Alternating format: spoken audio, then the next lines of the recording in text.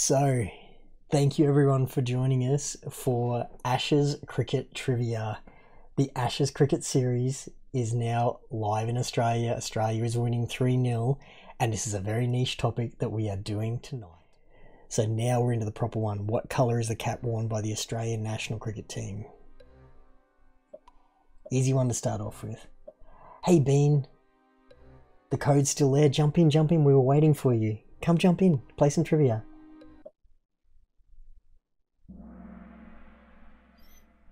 Yes, the baggy green, the famous Australian baggy green cap. How did we go there? 4 out of 5, nice work. Fluffy in the early lead. It's alright, give it your best guess, clean. This is very, very Australian.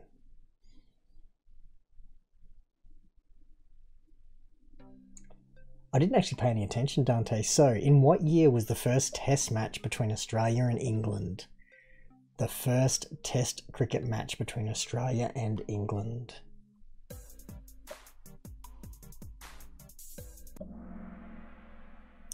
It was 1877. Let's see who got it right. Now, this isn't in the trivia. Actually, it might be. I was about to tell you some extra trivia. Llama, RNG God.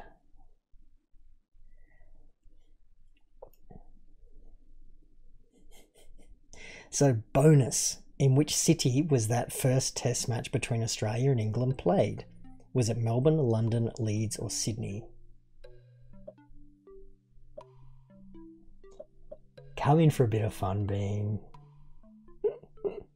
I held off till 10:05, but I wasn't sure if you were going to be around, and there was never any pressure to be there. It was Melbourne. Most people think it happened in England, but it was in Australia. The first test match between England and Australia occurred in Melbourne. Llama, the RNG genius. So, which bowler took 31 wickets on his second Ashes tour in 1993 with the crowd chanting sumo as he ran in to bowl? Quick tip, that's not actually him in the photo.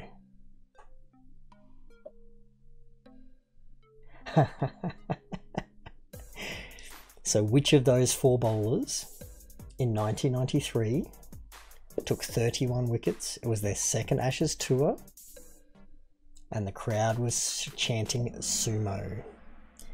It was Merv Hughes with his big belly and mustache. Llama, are you sure you're on RNG here? Going off. And the answers are all randomized. Like, I made Kahoot randomize the answers, so there's no pattern to them either. No problem, Bean. I was in there too. I went in and dropped a follow. So who has scored the most runs in Ashes history? Is it Alan Border, Steve Waugh, Don Bradman or Steve Smith? Oh yeah. Jump in, mate. Come and play some cricket trivia. It was Don Bradman. He has scored the most runs in Ashes history. So Dante moving up the scoreboard here. Llama is still holding on to a commanding lead though.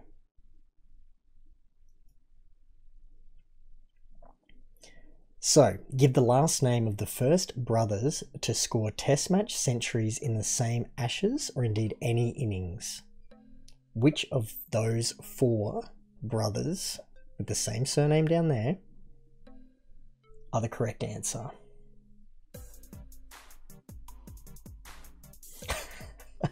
That's pretty funny, mate. That's one of your funnier entries. It was the Chappell brothers. And if you'd let the image load, there is Greg and Ian Chappell right there. So that didn't affect the scoreboard at all. Excellent, Bean. Come on in.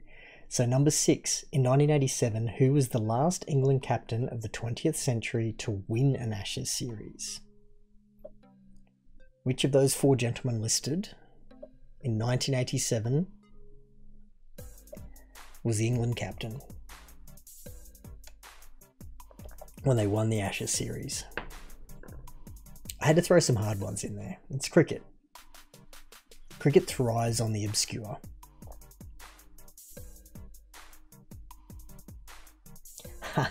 No answers in chat. No guesses in chat. Let the combatants fight it out for the win.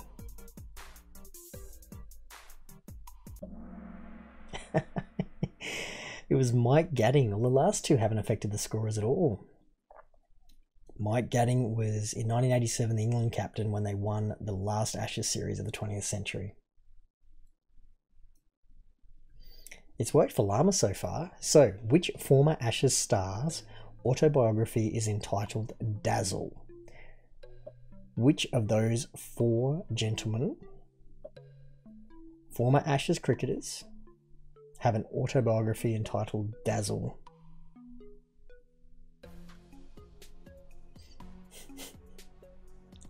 Oh, Clean's got the right answer for this one. He's confident.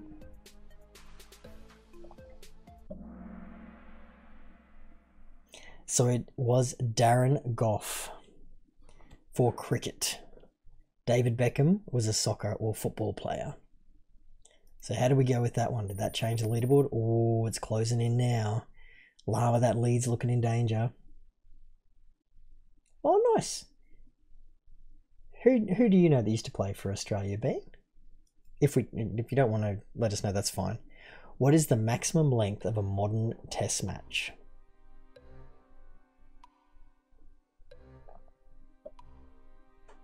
So a test cricket match of the modern era. One of them just ended the other day in Australia. Yeah, no worries, Bean. I thought you might not want to say the name, but I thought I'd ask just in case. It was okay, but I fully understand. So yes, a modern day test match can go for up to 5 days. They used to be timeless many decades ago, but not anymore. So who got that one right? Or Dante and Llama fighting it out for that lead. It depends as the game, the maximum length, not the England all out in 2.5 days. Nice baked. So question 9. In the 2005 Ashes series, who became just the 4th bowler in history to take 500 wickets, 500 test wickets? Was it Andrew Flintoff, Shane Warne, Brett Lee or Glenn McGrath?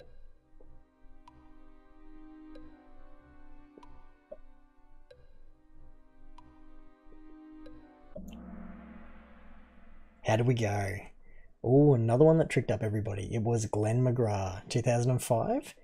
He was the one who took 500 wickets, and they actually brought him out a golden boot to celebrate the achievement. So that did not change the leaderboard at all. There are some tricky ones in here. It's cricket trivia. Cricket trivia thrives on the obscure. Now, I didn't answer this, so who did Glenn McGrath dismiss as his 500th test match wicket? Well, better luck with the next one, Clean.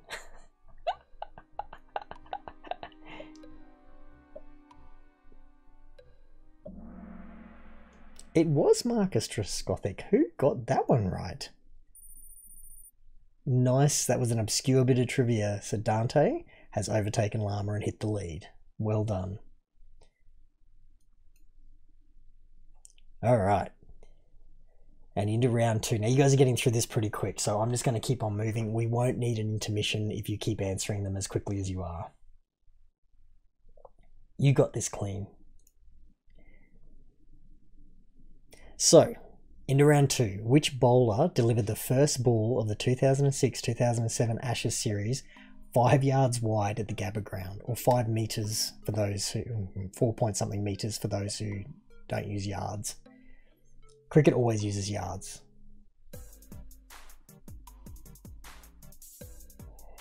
Dante Glenn McGrath has the most amazing memory for his dismissals, including how he did it. It's unbelievable. It was Steve Harmison, the big fella, bowled it. He didn't even hit the correct pitch. He bowled it straight to first slip. First or second? No, it was first. Well done to everyone who got Steve Harmison. I'm impressed. Llama is making an RNG comeback. All right. Which bowler's first delivery in Ashes cricket became known as the ball of the century? Ben, you were saying you knew someone who played cricket. My daughter did the first 10 years of her schooling with an Australian cricketer by the name of Carl Rackerman.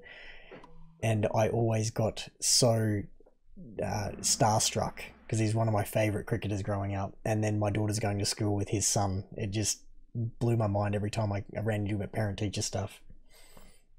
It was Shane Warne. There he is, bowling the ball of the century. Bowling through the legs. Now, for the bone, well done. Well done, Dante's holding his lead. Now, for the bonus question, who did Shane Warne bowl through their legs with his first ball, around his legs for his first ball in Ashes cricket? That delivery went right round that guy's legs and hit the stumps.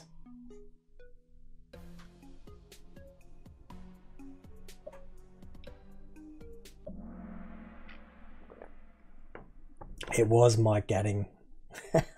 You got this, Llama. RNG for the win, man. Dante's hit his straps.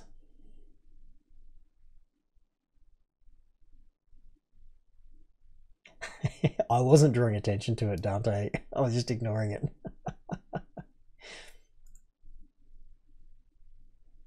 Okay, so name the player. This is older ones. Name the player that dislocated his shoulder after tackling a pitch invader in 1982 at the Wacker ground. The older ones isn't a clue because it says 1982 in the question.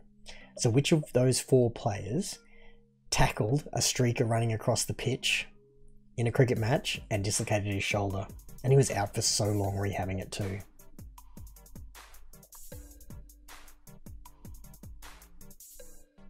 If it helps, that's him there in agony.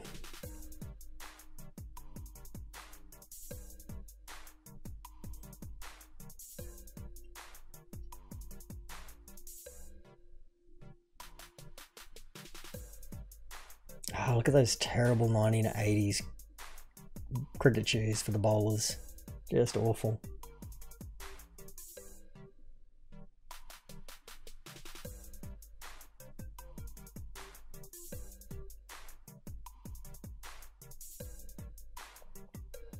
No, he never was the same. But he still made it back into the Australian team. It was Terry Alderman is the gentleman there who's in absolute agony. And, you know, 1980s shoulder reconstructions were not as good as they are now either. Oh, Kling got that one right as well. Go, Kling, go.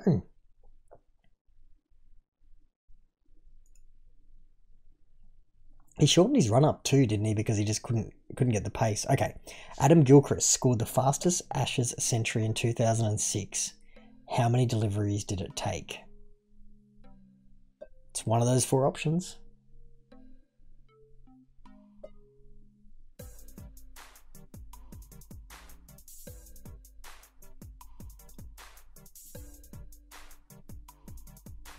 Alright, Fluffy, good luck with mum duty. Just stay in the game. Don't quit out. It'll be fine. The timers actually help. If the timers run to the full minute, it actually helps the replay on YouTube and also helps this when I send it through to Starlight Foundation.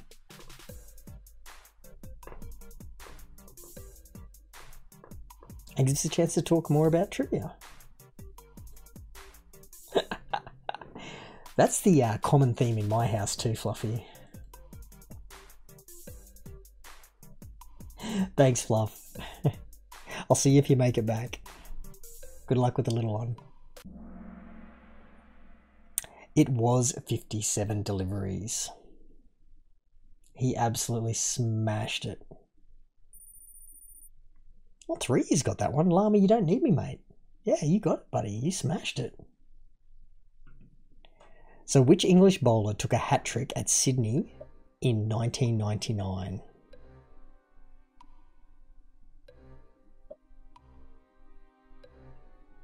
Fair enough, Bean. It's not everybody's cup of tea. I love it. Well, I love it so much. I missed a fair bit of the last couple of test matches, so I've been watching the replays on KO at night. I mean, you let it go long enough, you're going to see who the bowler is. He's right there. That's him. So, who is it?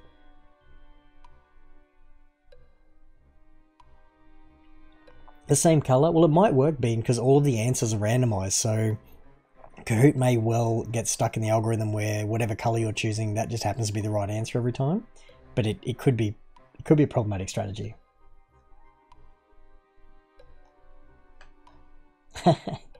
Yeah, it's not that. We've done a video game trivia llama. I think the replay. I think I recorded that one. I think it's on YouTube. It was Darren Goff. That's him there. The same one whose autobiography we heard about earlier. Absolute character of English cricket. And hell of a fast bowler. Oh, that one got Dante. The others are moving up. Well done, everybody. Mcgrath. Alright, during the fourth test of the 1956 Ashes series, which English spin bowler finished with match figures of 19 for 90? So just to let you know, put that in context of how amazing that is, there are only 20 wickets to be taken in a match for each team. So this bowler dismissed everybody except one person. Incredible. And honestly, his teammates should have let him get the last wicket. It was Jim Laker. Just legendary English bowler.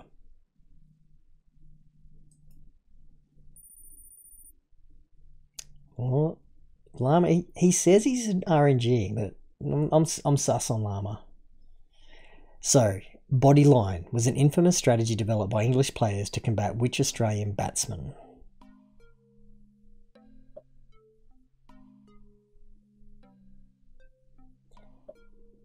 Dante, I can't remember if he got dogged for the wicket or if it was like a run out. I did used to know, I don't remember. That's a great bit of cricket trivia though that I need to look up and know. So bodyline was also known as leg side theory. For those of you that have never heard of it, it was this hyper aggressive style of bowling. Now remember, this is in a period when helmets didn't exist and padding was essentially like wrapping your hands in cotton gloves stuffed with socks. And so they would stack the field like this all around the bat and bowl really aggressively at the ribs and head of the batsman.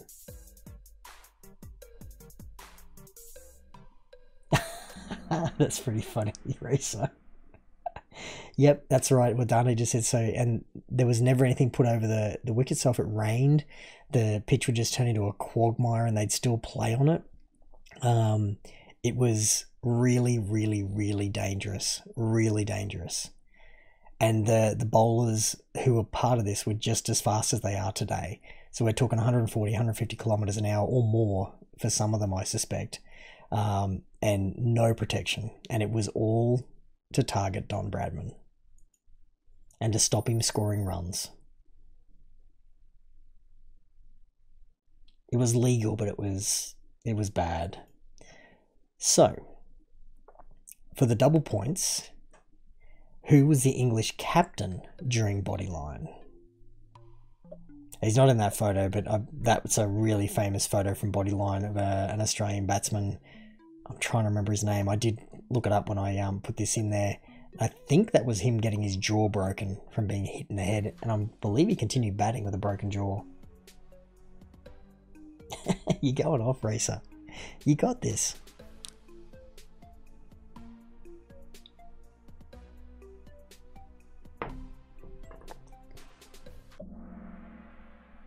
It was Douglas Jardine. Well done. Jeez, 4 of you got that right. Look at that. Clean. Coming back strong. Up into 3rd place.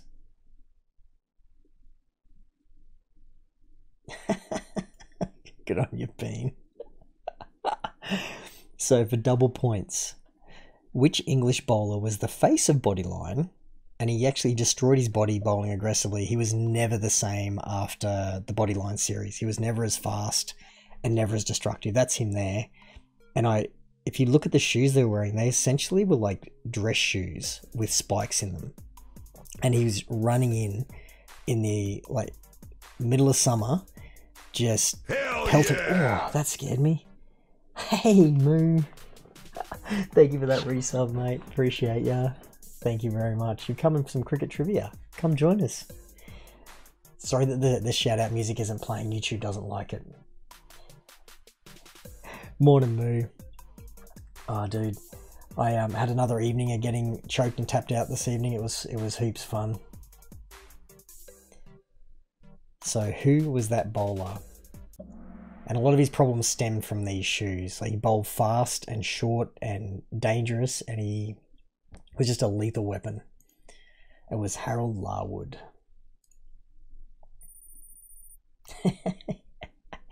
It's great fun. I mean, Americans simplified it and changed it into baseball, but that's where baseball comes from. Look, Llama, you're still smashing this with your apparent RNG strategy.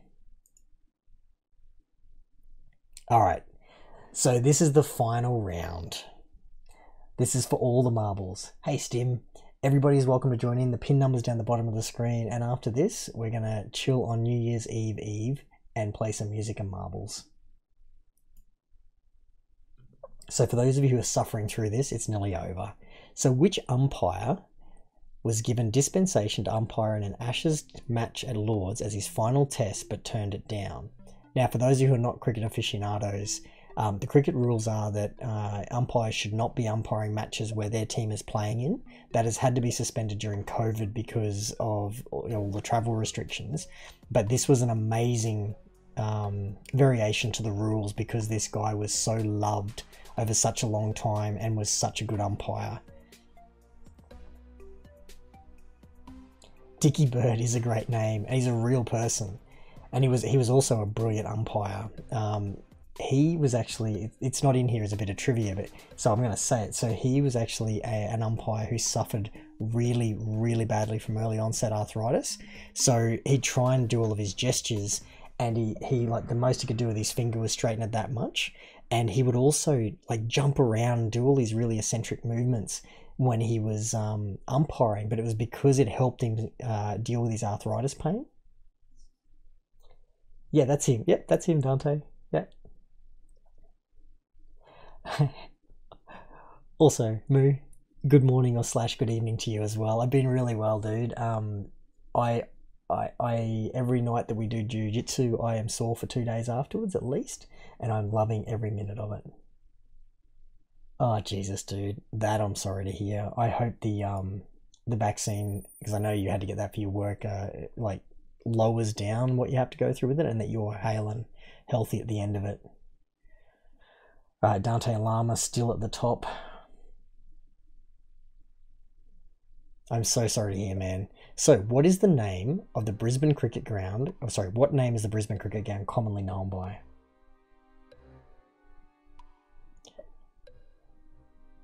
Which of those nicknames? Dude, I can only imagine, because I caught a couple of your streams. When I was working, I was lurking a few times, and you're saying you're feeling a bit off. I hope it's not. When do you find out? Like, do you have to do any antigen testing, or like go and get your brainstem poked with that stupid rod, which I've had done? It's not pleasant to find out whether you've got it or not, or do you just write it out? It is the Gabba in the middle of Brisbane. Great ground to watch cricket at.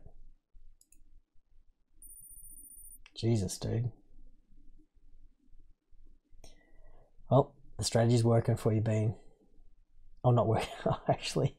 So maybe read the question. Sorry, I read your message too quickly. Man, look, if that's what you've got, I hope you come back stronger for it. So the Ashes urn, the trophy that is so famous, how many centimetres high is it? So if it helps you with your conversions, an inch is 2.5 centimetres. For those who work in the old, I won't say anything bad, not centimetres version, no metric for you.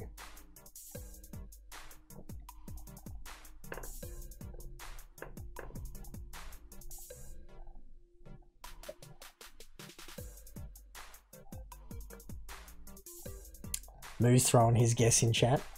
I'll allow it. He's American, he knows nothing about cricket. I'll let him throw his guess in there. You know you can join, Moo. The pin's down there.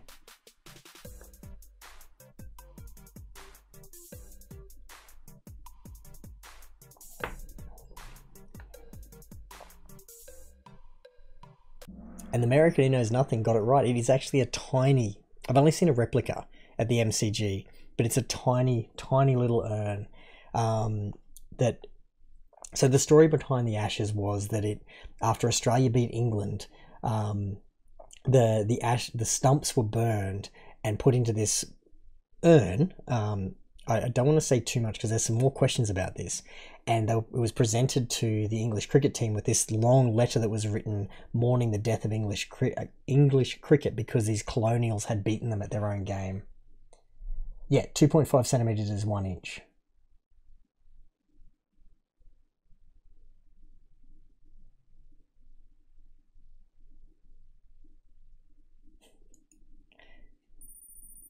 Look, I can only go off what they reported it being. It's a very small pottery urn. Yeah, I know where you were going there. Clean. Dante, commanding lead at this point, but Lama still kicking it. The Mexican is coming strong. Oh no. So which wicketkeeper became the first to take 100 dismissals in Ashes tests? All 4 of those players were wicketkeepers. No false answers.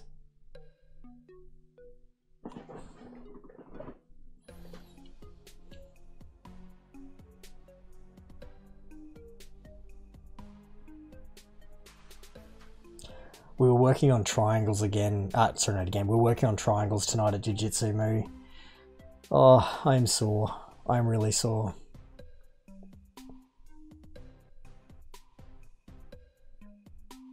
Nice racer.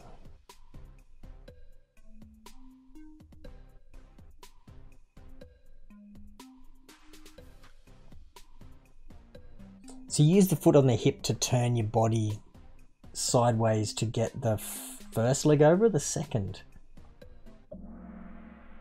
That's a good way of describing it.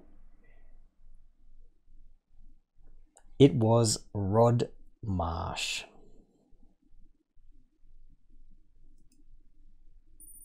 Oh, a racer got that one. Well done.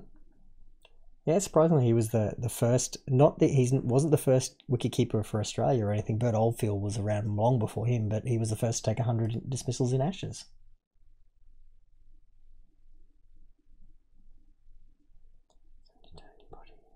I'm gonna have to try that when I'm on the lounge chair before Tuesday night. So, whose peroxide blonde dyed streak in his hair during the 2005 Ashes series was described as a dead skunk look man? I just mangled reading that question. Please read it yourself and pick one of those 4 people.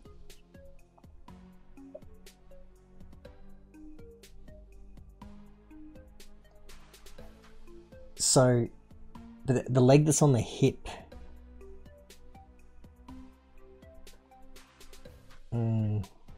I think that's what he was going for, Dante?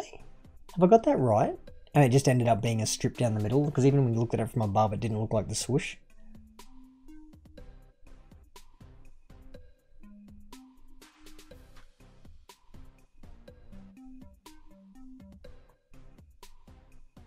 Oh, you've met Gilchrist, Ponting, Lanier, and Mitch Marsh. That's awesome. Being in WA has its perks. That fella there, Kevin Peterson.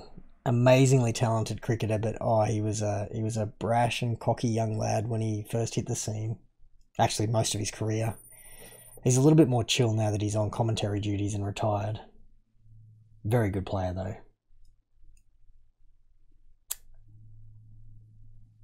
I believe you, Racer. I don't need picks, I believe you. I have no reason not to. So in 1989, who scored 839 runs to give himself the second best Ashes aggregate, so number of runs in a series, behind Don Bradman's 974? Actually, no, in a series. Sorry, yes, in a series.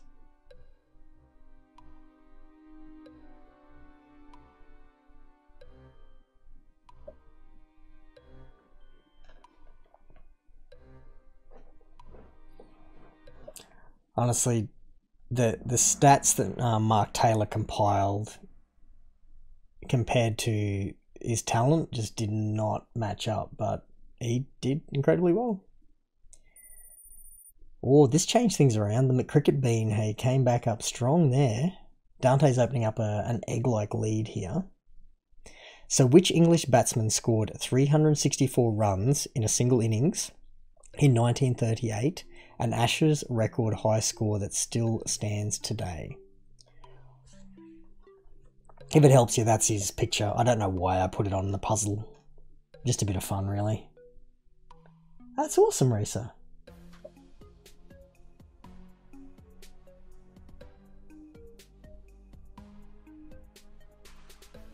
Alright, I'm going to read that when I'm not running a trivia night mood, because I'm going to read that and actually work through those motions, because I'm much better when I actually try practicing something physically.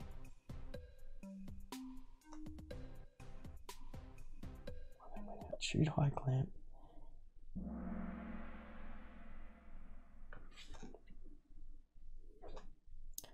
The grabbing under the leg was one that I kept forgetting to do tonight, so I ended up at like a 45-degree angle instead of a 90-degree angle.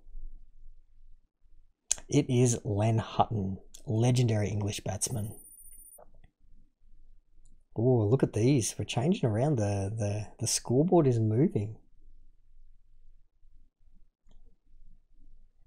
So, what is the highest individual Ashes score for an Australian batsman? You just heard the English one.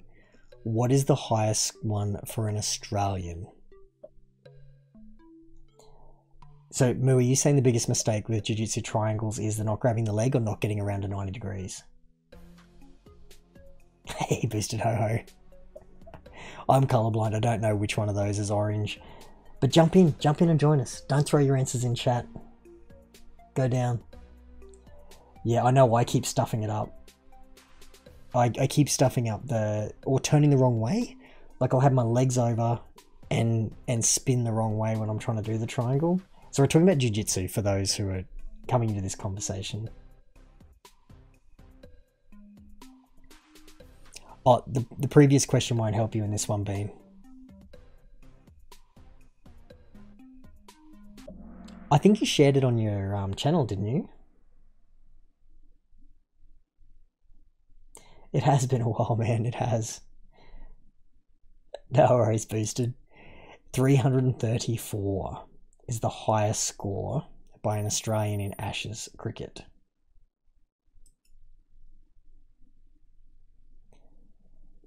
So, Australia has completed an Ashes whitewash 3 times. So, whitewash means winning all the games in a test match series. How many times has England done so? So, Australia has won all the matches in the series 3 times. Hopefully, they'll do it again this time round. We're 3-0 up with 2 matches left to play. You're fine, Clean.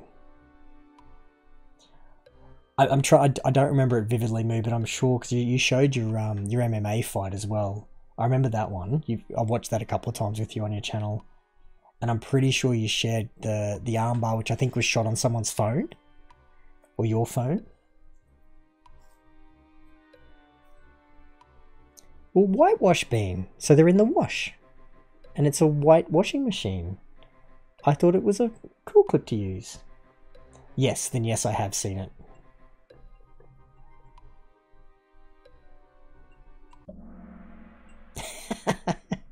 So England have actually never completed an Ashes whitewash. And Bean got that right. So they may have won some series 4-0, but not 5, or in some of the cases the series 7. They haven't won all of them.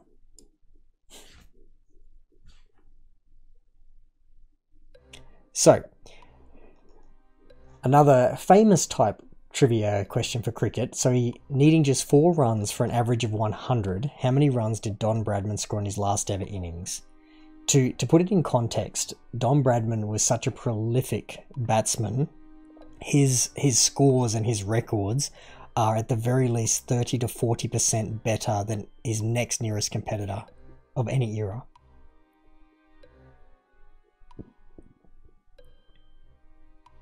The closest comparison in other sports was Babe Ruth in baseball, and the two of them famously met once.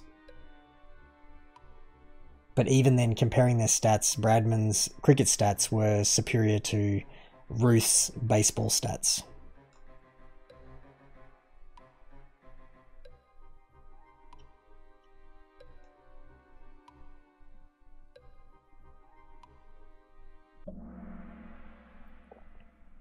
Yeah, he got out for a duck. Yes, Moo.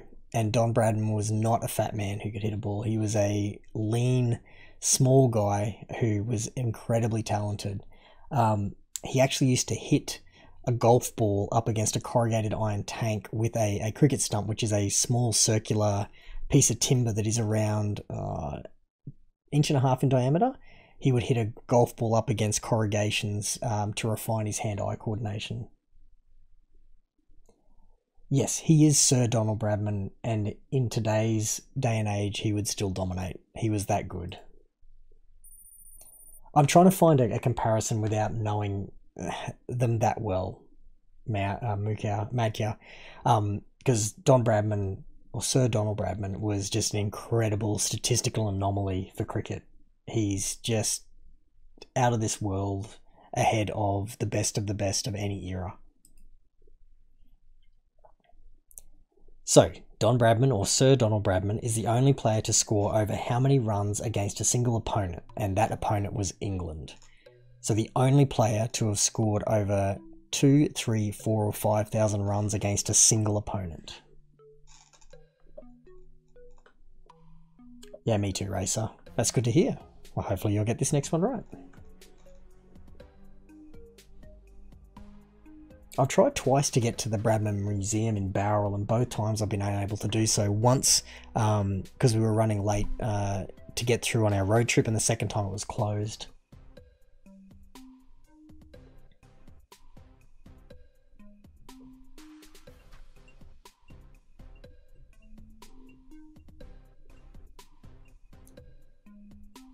Oh, Bean, that isn't a sign of your age. That is a sign of a massive failing in the Australian education system.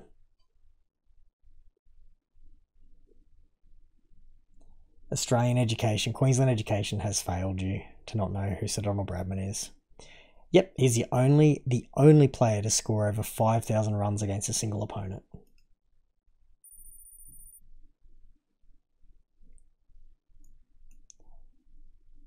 To be fair, Australia and England were the main two countries playing each other back in his era. So, who was the only bowler to take an Ashes hat-trick on his birthday? Which of those 4 players took an Ashes hat-trick on their birthday?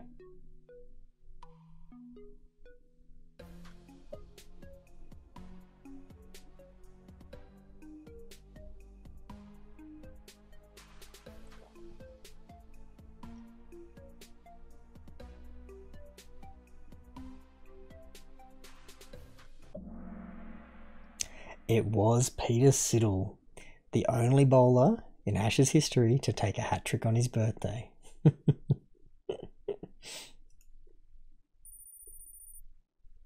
I just learned something new. I didn't know Peter Siddle was vegan.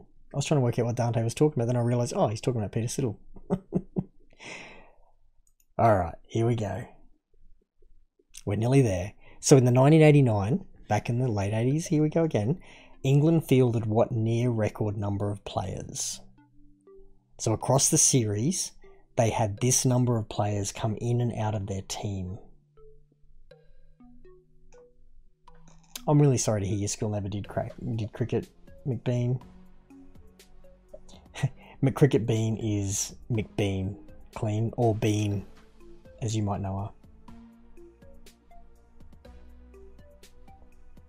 I mean, replace throw with bowl, and that's a pretty accurate description.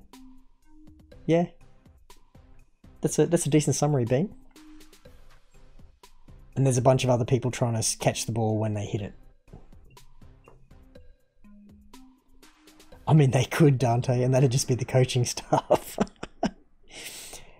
It was 29 players they fielded in and out of their team. Now, to give you a non-cricket country people a bit of context, there's 11 players per team in a cricket match with a 12th man or a 12th player in case of emergencies or injuries. And that ideally teams do not want to change their players that much. So if you could get through a whole series with 12 players, that's like best case scenario. So to change your team to the tune of 29 players in and out of the squad is really, really bad.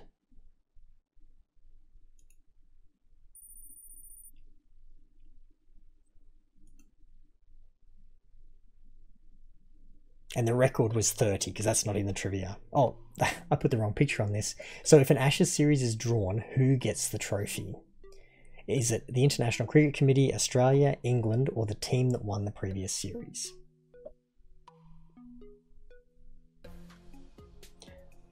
Well, people tend to throw with a bent arm, so they'll bend it, throw, or in baseball that's a pitch.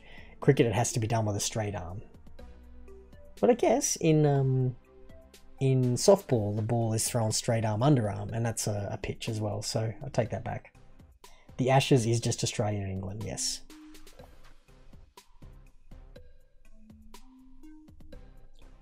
So anytime Australia plays England, and it is on a regular schedule, but COVID has thrown that into chaos, but anytime those two countries play each other in a test match series, the Ashes trophy is on the line. Yep, so with the Ashes, the team that won the previous series gets the trophy or keeps the trophy. So if it's drawn, the current holder keeps a hold of it. But I love the technical stuff being, I love trivia. This is where I get to talk about the trivia.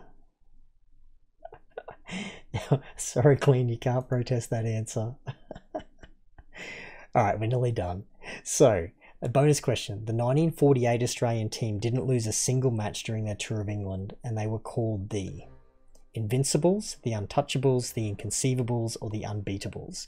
And by a single match, that means all their warm-up matches, the matches they played against all of the county teams, every game they played, they won, or didn't lose, sorry. At the very least, they may have drawn. Because Australia doesn't just get to keep the trophy clean. No washing machines. Boosted Ho-Ho wants to go in timeout. I'll trust the mods for that one. Yes. Inconceivable. Princess Bride reference. Princess Bride reference. No problem, Boosted Ho-Ho. Don't worry about it. Don't ever apologise. Sleep well. Thank you for coming and hanging. I appreciate you being here. It was the Invincibles. Don Bradman's Invincibles.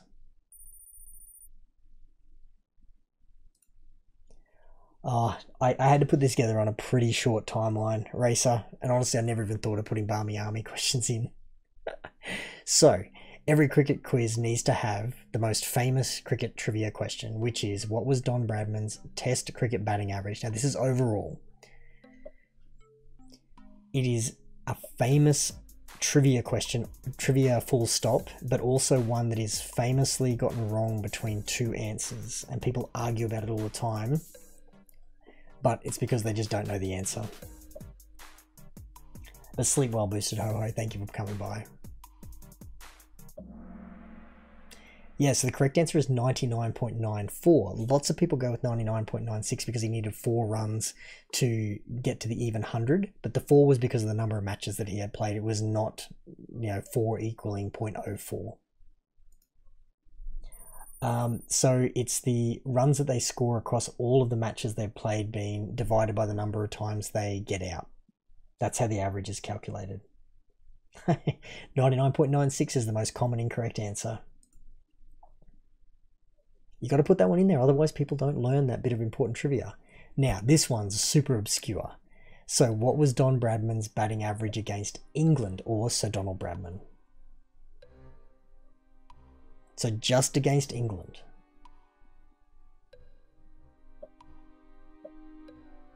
See, Don Bradman also had a really interesting batting grip. He only hit something like 6 sixes in his career.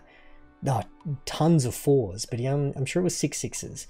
And it's because a lot of it was because of how he held the bat. He very much played the ball to ground, which limited his chances of being caught out. Also one of the few players who has hit 5s in his career as well. I think he hit more 5s than 6s, or half as many 5s as 6s. I need to study up on my Don Bradman trivia. I know I'm in the ballpark with those, but I'm not 100% certain.